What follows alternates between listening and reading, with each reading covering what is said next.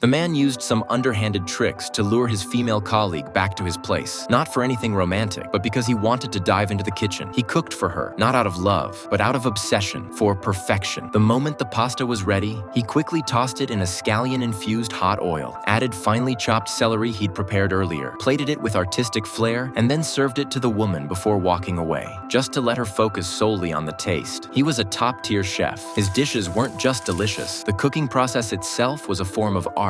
Just look at his ingredients. Vibrantly colored, precisely cut, and perfectly arranged to whet any appetite. Even making breakfast for his son, he never slacked off. He'd start by spreading butter on a slice of toast, then set it on a hot iron griddle, letting the sizzling butter crisp the bread to golden perfection. Once toasted, he added a slice of cheese, another layer of butter, sealed the edges carefully, and removed it from the heat once the cheese melted. An explosion of calories and satisfaction in every bite. Fueled by his love for food, Elle was hired as executive chef at a high-end restaurant. But this dream job, envied by many, had become a nightmare because his boss was a stubborn control freak who, for the past 10 years, had forced Elle to cook the same menu over and over. The mechanical repetition made him feel like a soulless factory machine. He was on the brink of collapse. Then one day, word spread that a notoriously picky food critic would be dining at the restaurant. Elle was thrilled. He crafted an entirely new menu, confident it would blow the critic away. But his boss just gave him a dark look and walked off. Are you planning on altering the menu?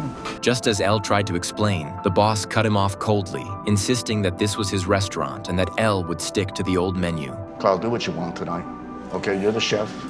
Under the heavy pressure, Elle had no choice but to comply. Soon, the review came out. As expected, the restaurant received a disappointing 2-star rating. The critics savaged Elle's cooking, calling it uninspired and barely edible. To make things worse, the review went viral online. Thousands shared it and piled on with sarcastic comments. Elle couldn't help but read them one after another, each one fueling his anger until he finally snapped and fired off a response. What he didn't realize was that this impulsive act would ignite a full-blown social media firestorm.